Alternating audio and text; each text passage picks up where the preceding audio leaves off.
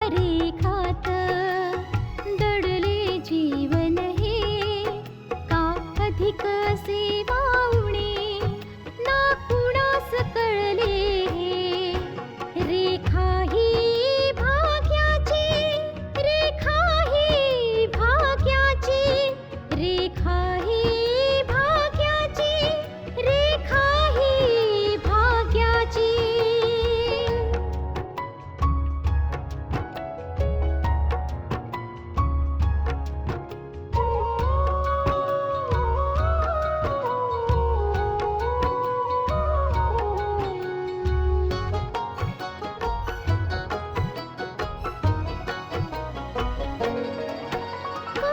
फुलाच चेहरासा दिसतोय परक्याचा फुलाच चेहरासा दिसतोय परक्याचा नसे सुटणार नाजूक गुंता दोष न चरख्याचा फुले मी म्हटले जे होते पाहुणे ते तरी आळवीत जाणे मी जीवन गाणे हे रेखा ही भाग्याची रेखा ही भाग्याची रेखा ही भाग्याची रेखा ही भाग्याची. आत्तापर्यंत आपण पाहिलं नाना बलराजच्या घरी येतात आणि विजयला भेटून त्याचं सांत्वन करतात की लवकरच सगळं ठीक होऊन जाईल. ते आशाच्या बाबतीत विचारतात. आशा मंदिरात परमेश्वरासमोर रडते आहे की पल्लवीचं आयुष्य ह्या कसल्या अडचणींमध्ये अडकत चाललं आहे. पल्लवी द्विधा मनस्थितीत आहे आणि आपल्याच दुसऱ्या मनाशी संवाद साधते. तिने मनाशी हा निर्णय पक्का केलेला आहे की ती मैत्रीचं कर्तव्य निभावणार, ती ह्या मुलाला जन्म देणार. पल्लवी आशाला फोन करून मंदिरात बोलावून घेते आणि ती पुढचा प्लॅन बनवते. आता पुढे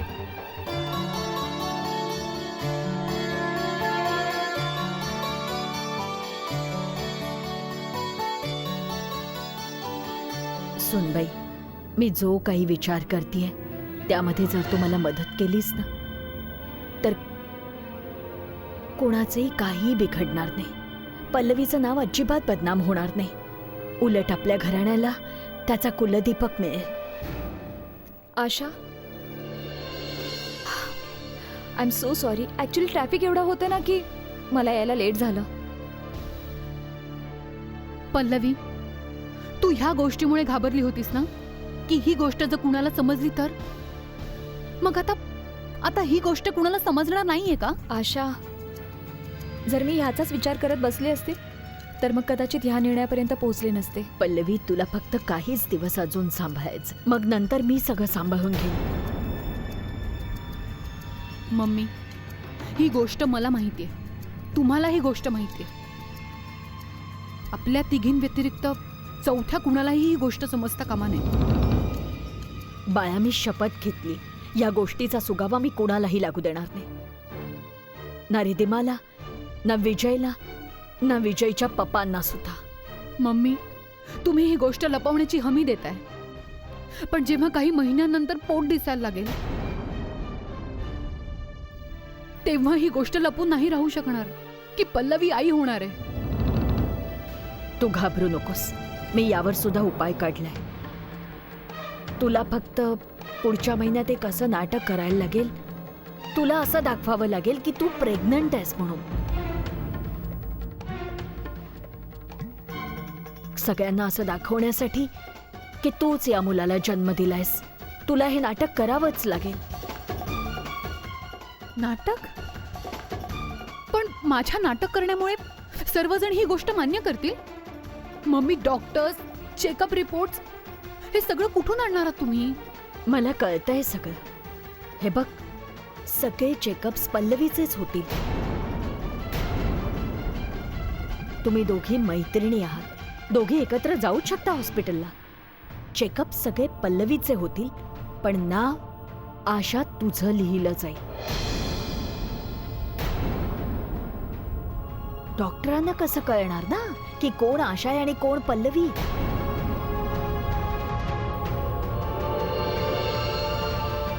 हे बघ, सगळ्यात आधी तुला याची सगळ्यांना खात्री द्यावी लागेल की तूच गरोदर आहेस बाळा. त्यानंतर जेव्हा आपण डॉक्टरांची अपॉइंटमेंट घेऊ, तुम्ही दोघी डॉक्टरांकडे जाल, पण चेकअप पल्लवीचंच होईल.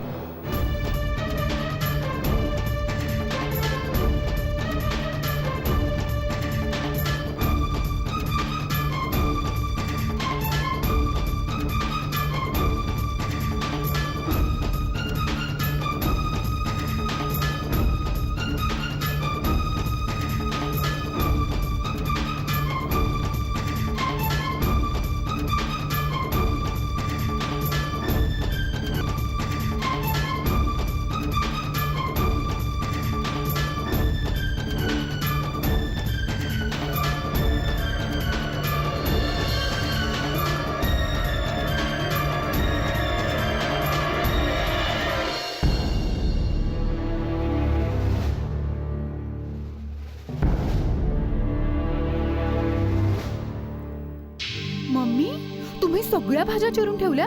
आता भाज्या चिरल्याचे तर जेवण सुद्धा करणार असाल, पण त्यामध्ये तुम्हाला मी मदत करणार. अगं वैशाली, जेवण बनवणं कुठे मोठी गोष्ट आहे? कुठे एवढा वेळ लागतो जेवण बनवायला? मला तर असं वाटत असतं की रोजच्या रोज खूप जणांनी जेवायला यावं. ते सगळं तर ठीक आहे मम्मी, पण जर तुम्ही एकट्याने इतकं काम केलं तर लोक काय म्हणतील की घरामध्ये दोन दोन सुना असून सुद्धा सगळं जेवण तुम्हालाच बनवावं लागतं. ह्यामध्ये माझी सुद्धा बदनामी आहे. म्हणून मग मी सुद्धा तुमची मदत करेन. अगं सुनबाई, मी कधी तुझ्याकडे कोणती तक्रार केली का? मला तक्रारीबद्दल नाही म्हणायचंय मम्मी, पण पल्लवीलाच बघा ना, तिचं लग्न झाल्यापासून तिचे पाय घरामध्ये टिकतच नाहीत. आल्याबरोबर भाऊजींबरोबर निघून गेली हनीमून मनवायला. तिला जिद्दीने आपणच पाठवलं होतं ना? पण ते यासाठी की भाऊजी बाहेर चालले होते. पण भाऊजी निघून गेल्यावर आपल्याला वाटलं होतं की ती घरच्या जबाबदाऱ्या सांभाळेल, पण नाही. आल्या आल्या तिचे ते मित्र विजय आणि आशा यांचा ऍक्सिडेंट झाला. मग त्यामुळे तिचे पाय घरात टिकतच नाहीयेत. जाऊ दे ना वैशाली, छोट्या मोठ्या गोष्टींकडे लक्ष नसतं द्यायचं. आपल्याला हा विचार केला पाहिजे की प्रत्येक माणसाचे विचार हे आपल्यासारखे तर नसणारच ना. जर नाती जोडून ठेवायची असतील तर छोट्या मोठ्या तडजोडी कराव्याच लागतात. ओ, म्हणजे घरातली कामं करण्यासाठी आणि ह्या तडजोडी करण्यासाठीच तुम्ही भाऊजींचं लवकरात लवकर लग्न लावून दिलं. हे बघ सुनबाई, नवीन नवीन लग्न झालेलं आहे. अभिजित पण इथे नाही ह्यावेळी. ती घरामध्ये राहून कंटाळून जाईल. आणि तू आणखीन काही विचार करून पल्लवीच्या बाहेर जाण्यावर प्रश्न उभा करशील तर मग एक गोष्ट नीट लक्षात ठेव. माझा पल्लवीवर पूर्ण विश्वास आहे.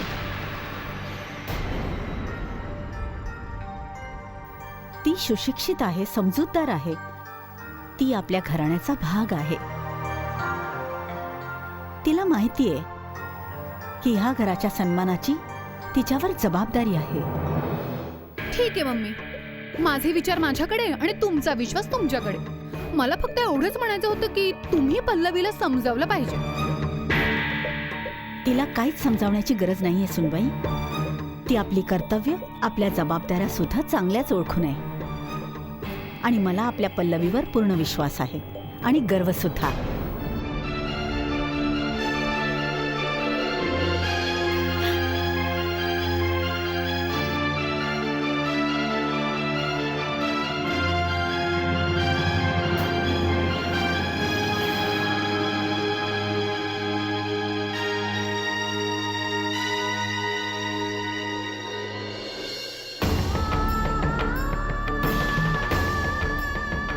माझा पल्लवीवर पूर्ण विश्वास आहे. ती सुशिक्षित आहे, समजूतदार आहे आणि ती आपल्या घराण्याचा भाग आहे.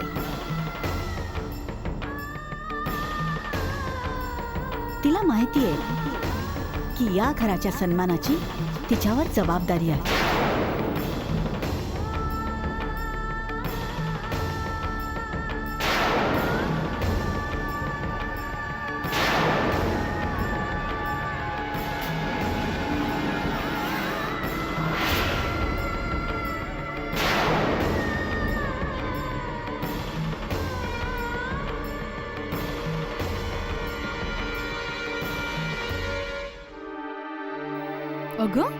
काय झालं ग पल्लवी? तू अशीच सरळ वर निघून आलीस, कुणाची काही बोलली पण नाहीस. तू मम्मींचं बोलणं ऐकलंस ना? अगं त्यांना तुझा केवढा अभिमान आहे. मला समजतच नाहीये की तुला झालंय काय नेमकं. ऍक्सिडेंट तुझ्या मैत्रिणीचा झालाय आणि इकडे तू आजारी वाटतेस. दीदी खरं खरं सांगा, तुम्हाला माझ्याकडून काही प्रॉब्लेम आहे? अगं मला तुझ्याकडून काय प्रॉब्लेम असेल? तर मग मला असं सारखं का वाटतं की तुम्ही मम्मींना माझ्या विरोधात भडकवत असता? कमाल आहे. तुला या घरात येऊन आठवडाही नाही उलटलाय. अजून तू आपले पाय सुद्धा नाही रोवले तिकडे आणि उलट उत्तर द्यायला सुरुवात केलीस. मला काय प्रॉब्लेम आहे आणि काय नाही ह्यापेक्षा जास्त महत्वाचं हे आहे पल्लवी मॅडम की तुम्ही स्वतःकडे बघा. आपल्या मैत्रिणीकडे तू खूप लक्ष दिलंस. आता जरा किचन मध्ये सुद्धा डोकावून बघत जा तू. मम्मी आपल्या सासूबाई आहेत, आपल्या नोकराणी नाही, ज्या रोज रोज जेवण बनवून आपल्याला वाढतील. ठीक आहे, तुझ्या बाहेरच्या उठाठेवी खूप झाल्या. आता जरा घरामध्ये लक्ष द्या.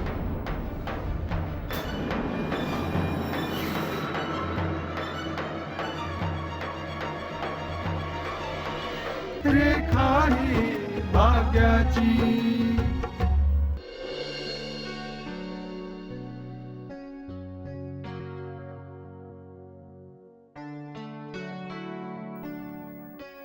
नमस्कार रंजनाताई. नमस्ते गायत्रीताई, कशा आहात आपण? मी मजेत आहे, तुम्ही कशा आहात? मी सुद्धा चांगलीच आहे. गायत्रीताई, मी तुमच्याशी बोलले तर होते की आजकाल पल्लवी खूप उदास आणि अस्वस्थ असते सारखी. तिला उदास बघून मला अजिबात चांगलं नाही वाटत. हो, मी विचारच करत होते की येऊन पल्लवीला भेटावं. मग या ना आजच. तुम्हीच तिच्याशी बोलून तिला समजवा की घरातली मुलं जर आनंदित असतील तर घर सुद्धा आनंदित राहतं. गायत्रीताई, पल्लवीला असं उदास बघून मला अजिबात चांगलं नाही वाटत. हो, अगदी तिला मी बाहेर जायला सुद्धा कधीच मनाई केली नाही. घरातल्या कामामध्ये मी कधीच तिला अडकवलं नाही, पण तरीही ती उदास असते सारखी. माहित नाही का म्हणून. मला तर काही सुद्धा समजत नाहीये. खरं तर आम्ही सुद्धा याबद्दलच बोलत होतो.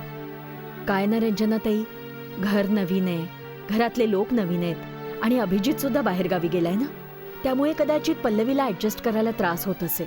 हाच विचार करून तर मी पल्लवीला काही विचारत सुद्धा नाही गायत्रीताई. पण पल्लवीला ह्या घराबरोबर ऍडजस्ट तर करावं लागेल ना. जर ती आनंदी असेल तर मला सुद्धा त्याचं समाधान मिळेल गायत्रीताई. तुम्ही अगदी बरोबर बोलताय. तुम्ही अजिबात काळजी करू नका, मी आजच येते तिकडे. ठीक आहे, मी तुमची वाट पाहेन. नमस्कार. नमस्कार.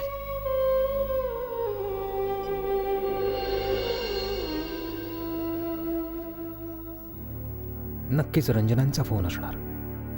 किती विचित्र गोष्ट आहे की रंजनाताई या गोष्टीमुळे खूप अस्वस्थ असतात की पल्लवी उदास का असते. आज सुद्धा यासाठी फोन केला होता त्यांनी. तू त्यांना अगदी बरोबर सांगितलंस. पल्लवीच्या उदासीला याशिवाय आणखी काय कारण असू शकतं की त्या घरामध्ये रंजना, त्यांची सून आणि पल्लवीशिवाय कोणी दुसरं आहे तरी कुठे? नेहमीच लोक लग्न करण्यापूर्वी पाहतात की कुटुंब मोठं नसावं, लोक जास्त नसावेत.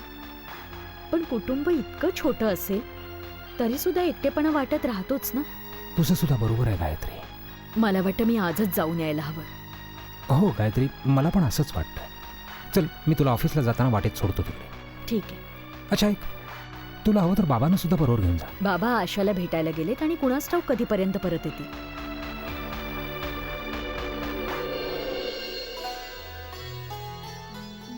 आता काय सांगू बाबा. तसं सुद्धा पूजापाठ, मंदिरात जाणं, धर्मकांड ही घरातल्या बायकांचीच जबाबदारी असते. मला तर मंदिरामध्ये जायला वेळ सुद्धा मिळत नाही. सुहासिनीला बघा, जेव्हा बघावं तेव्हा परमेश्वर, पूजापाठ, मंदिर, बस यामध्येच गर्क असते. अरे वा, ही चांगलीच गोष्ट आहे ना मग. ते तर ठीक आहे बाबा, पण तिला सून सुद्धा तशीच मिळालेली आहे. आज दोघे मिळून मंदिरात गेलेले आहे. बघूया कधी परत येत आहेत. अरे नानू, घ्या आल्या.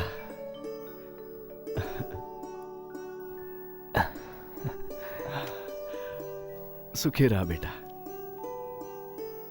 नमस्कार बाबा. सुखी राहा. बसा ना. तुम्ही कधी आलात नानू? बस थोडाच वेळ झाला. असं कळलं की तुम्ही मंदिरात गेलायत. हो, बस आम्ही दोघी. पल्लवीशी बोलणं झालं का? हो नानू, अधूनमधून होतो बोलणं. पल्लवीच्या सासूचा रंजनाचा फोन आला होता. म्हणत होत्या की पल्लवी आजकाल थोडीशी उदास उदास असते घरी. बेटा, तू पल्लवीला समजाव ना की एवढं चांगलं कुटुंब मिळालंय, एवढ्या चांगल्या सासूबाई मिळाल्या आहेत ज्या तिच्या अस्वस्थतेमुळे स्वतः अस्वस्थ होत असतात. हो, पल्लवीने खूप आनंदात राहायला हवं. माहित नाही बेटा की पल्लवीला काय दुःख आहे. ती नेहमीच अस्वस्थ आणि उदास उदास असते. बेटा, तुला काहीतरी बोलली असेलच ना? नाही नानू, मला तर उदास नाही वाटली ती. आशा बाळा, बाबा हे विचारायला आले की तू आपलं ऑफिस कधीपासून सुरू करणार आहेस. हो बेटा, तू म्हणत होतीस ना की पल्लवी पण तुझ्यासोबत प्रॅक्टिस सुरू करायची म्हणते. नानू, मला वाटतं की जोपर्यंत सगळं काही ठीक होत नाही, मला उगाच घाई करून ऑफिस सुरू नाही करायचं. पल्लवीचं सुद्धा हेच म्हणणं आहे. ठीक आहे बेटा, जेव्हा तुमचा निर्णय पक्का होईल तेव्हा मला सांगा. नक्की. अच्छा बलराज, मी निघतो आता. सुखी राहा. येतो. चला बाबा.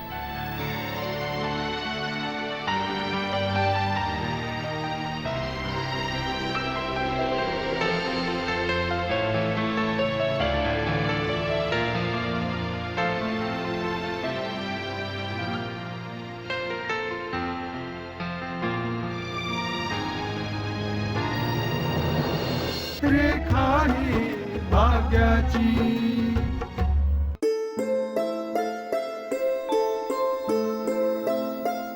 वैशाली, अरे पल्लवी, काय मम्मी? हे घे, खायला आणलंय. तुझी मावशी आली नाही अजून? नाही तर ती नाही आलीये. तिने आजच येते म्हणून सांगितलं होतं का? हो, तुम्हा दोघींना सांगितलं तर होतं. अच्छा ठीक आहे, हे आत ठेवून ये जा. ते आता येतीलच एवढ्यात. ठीक आहे. अरे तुम्ही या या. नमस्कार. नमस्कार. मावशी. नमस्कार. नमस्कार बाळा, कशी आहेस तू? छान आहे. बसा ना तुम्ही. मावशी बस ना. अगदी योग्य वेळेवर आलात हा. पल्लवी तर आज घरीच आहे. काय झालं पल्लवी? हे लग्न तू स्वतःच्या मर्जीने केलं होतंस. आम्ही तर घरी हेच बोलत असतो की तुझा परिवार किती चांगला आहे. मग तू उदास का असतेस पल्लवी? नाही मावशी, अशी कोणतीच गोष्ट नाहीये. मी तर वारंवार हिला विचारत असते की बाळा, तुला कुठल्या गोष्टीचा त्रास तर नाही, कोणत्या गोष्टीचं दुःख तर नाही ना? माझ्या घरी ना कोणत्या गोष्टींसाठी रोकटोक केली जाते आणि नाही कुठली बंधनं. हां, जर अजाणतेपणे काही चूक होत असेल तर मी... नाही मम्मी, मी तर जेव्हा केव्हा तुमच्याबद्दल बोलते तेव्हा माझ्या तोंडून तुमच्याबद्दल चांगले उद्गारच निघतात. मग मला तुमच्याबद्दल का तक्रार असेल? मग उदास का असतेस तू? हा, तेच तर आम्हाला माहिती करून घ्यायचंय की जर पल्लवीला काही दुःख असेल तर ते कोणते दुःख आहे, कोणत्या गोष्टीचं दुःख आहे. हो ना मम्मी? मला कोणत्याही गोष्टीचं कसलंही दुःख नाहीये मावशी. मी इथे खूप सुखात आहे खरंच. जा बाळा, नाश्ता घेऊन ये. हो. मम्मी, मी घेऊन येते. ठीक आहे.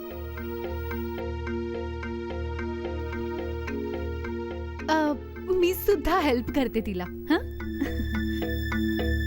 रेखा ही भाग्याची.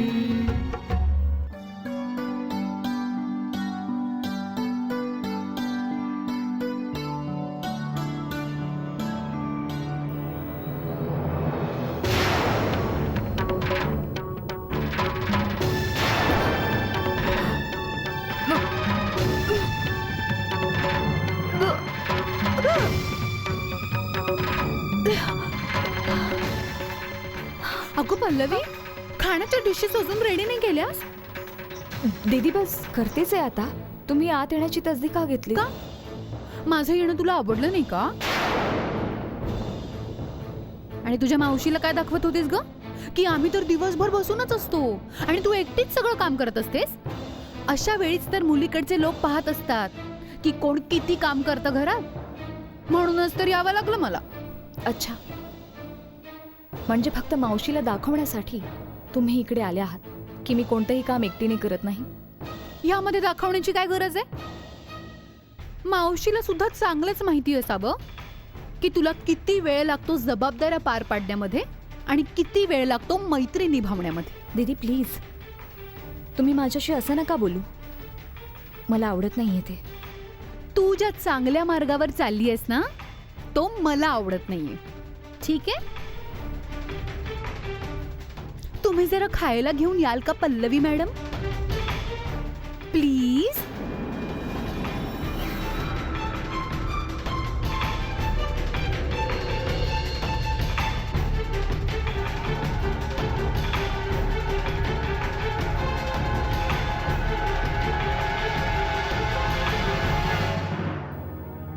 गायत्रीताई, मी माझ्या दोन्ही सुनांना नेहमीच माझ्या मुलीप्रमाणेच जपलंय.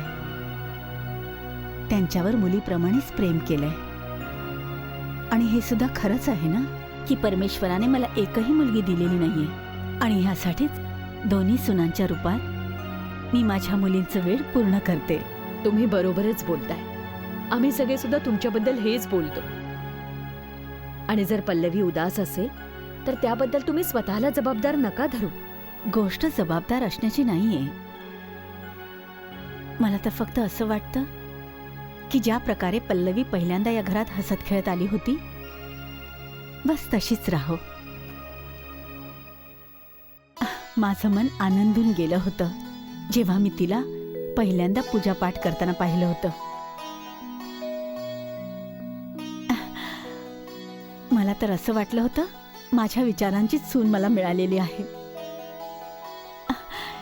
कारण माझ्या मोठ्या सुनेला या गोष्टीत अजिबात रुची नाहीये. मी मनातल्या मनात देवाचे आभार मानले. पण गायत्रीताई, जेव्हा मी पल्लवीला उदास पाहते ना, तेव्हा माझं मन सुद्धा खूप उदास होऊन जातं. मला असं वाटतंय इतकं मोठं घर आणि तुम्ही तिघीच जणी आहात आणि अभिजित सुद्धा तर थोडेच दिवस राहून निघून गेला ना, म्हणजे कदाचित पल्लवीचं हेच कारण असेल उदास असण्याचं. मला समजते गायत्रीताई. ह्यासाठीच तर मी पल्लवीला कुठेही जाण्या येण्यापासून नाही थांबवत. म्हणजे तिचं मन गुंतलेलं राहावं आणि ती नेहमी खुश राहावी. मला असं वाटतंय की पल्लवीला थोडा वेळ हवा असेल. हळूहळू तुमच्या घरच्या वातावरणात मिसळून जाईल ती.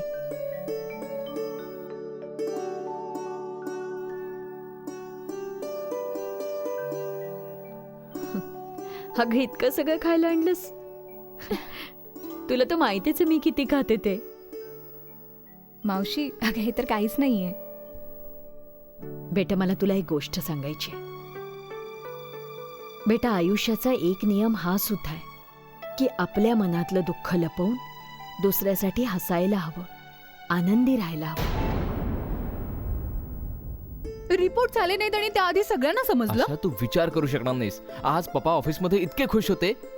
आशा, उद्या रिपोर्ट मिळाला तर हीच खुशखबर कन्फर्म होईल ना? मला काय माहित. अरे, तुला नाही तर दुसऱ्या कोणाला जाऊन विचारू? बोल ना, उद्या रिपोर्टमध्ये हीच खुशखबर असेल ना? सांग ना आशा, बोल ना. हो हो हो बाबा, हीच असेल. काही प्रॉब्लेम नाही बाळा. तुला चेकअप नाही करायचंय तर नको करून घेऊस. पण अशा प्रकारे रागू नकोस तू. आपण चेकअप करण्याबद्दल नुसतं बोललो तर असं वाटतं खूप मोठी चूकच केली आपण. ठीक आहे दीदी. जेव्हा मला असं वाटेल की मी खरोखरच आजारी आहे, तेव्हा मी स्वतःच डॉक्टरांकडे जाऊन येईन. तुम्हाला माझी एवढी काळजी करण्याची मुळीच गरज नाही आहे.